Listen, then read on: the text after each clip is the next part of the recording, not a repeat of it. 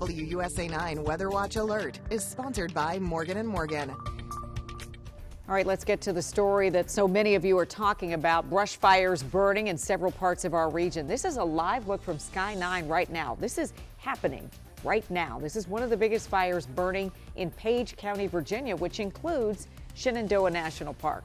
Sky 9 teams say this smoke is the worst that it's been since they flew over there around 9 o'clock this morning. And when we checked just recently, the fire has burned more than 3,400 acres and it's still only 10% contained. But here's the good news. No one is hurt, so. Yeah, and you can see here on the right as we look at that live image a moment ago, you saw the flames there too. And check out this map from the Virginia Department of Forestry's website. All those red dots scattered across the screen are fires that emergency crews are working to contain right now. So we've got some team coverage here as crews are working to get these fires out. Our Matt Gregory is in Prince William County, where there were dozens of fires there. But we want to begin with our Matthew Torres in Paige County, where leaders there have already closed schools for tomorrow because of this massive fire. The smoke has gone thicker throughout the day as more fires continue to spread in Paige County. You can't even see the mountains behind me anymore. I'm told there are 5 major active fires happening right now, but smaller ones continue to pop up. And we're now hearing about homes being affected. There's a sense of worry in the air when the future is looking hazy. But one thing is clear. I have never seen anything like this. Nothing like this has ever happened. No. In my 50 years, I've never seen nothing this like this. Paige County is under a local state of emergency. 5 active fires in the county, including Shenandoah National Park, have burned more than 3,300 acres. Can't hardly breathe in it.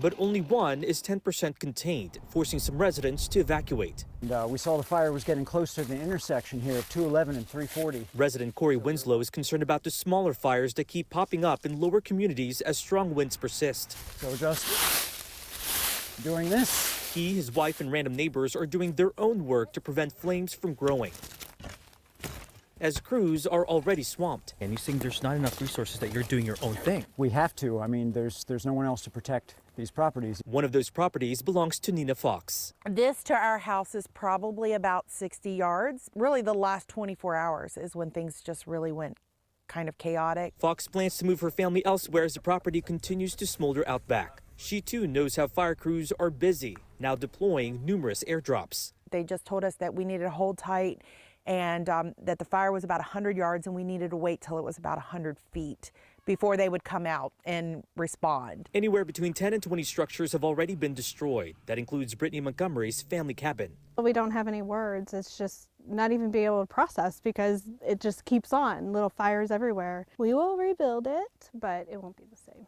While the work in the midst of billowing smoke is far from over, in this small community, one thing is clear.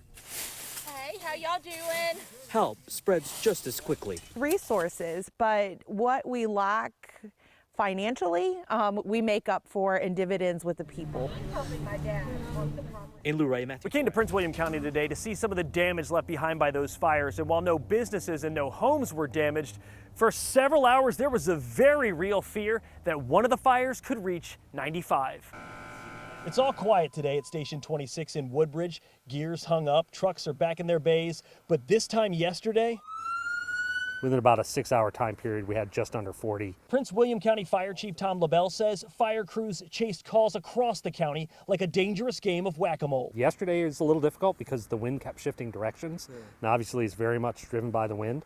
And then depending on the topography, it can make it a little more difficult. Chief LaBelle says they had no damage to homes or injuries, but the biggest fire ravaged through roughly 5 acres of Locust Shade Park. So we went to see the damage. The fire broke out deep in the woods close to I-95, which meant we had to go off-road. So we hiked for a bit to get a better idea of what yesterday's fire did and take a look. You can see how it's just painted it with this ashy landscape here. And then as we continued on our walk, we found more of this over here. Smoldering trees, smoldering piles of leaves, and we got a better idea of just what firefighters were dealing with yesterday, because as you can see, this isn't a flat area, it's pretty hilly, and with the winds yesterday, they say this was a combination that made it very difficult to contain the fire. And so as it was going up the hill, there's a point where we knew we would have to make a decision and talk to the state police about possibly shutting down I-95. But thankfully, it didn't come to that. Chief LaBelle says with help from neighboring fire departments, they got Locust Shade under control. And today, It's just a case of watching the hot spots and taking in the new landscape at Locust Shade. As far as the causes of the fires, those are all still under investigation. But Chief LaBelle did say so far, none of the fires look like they were started on purpose. In Prince William County, I'm Matt Gregory, WUSA 9.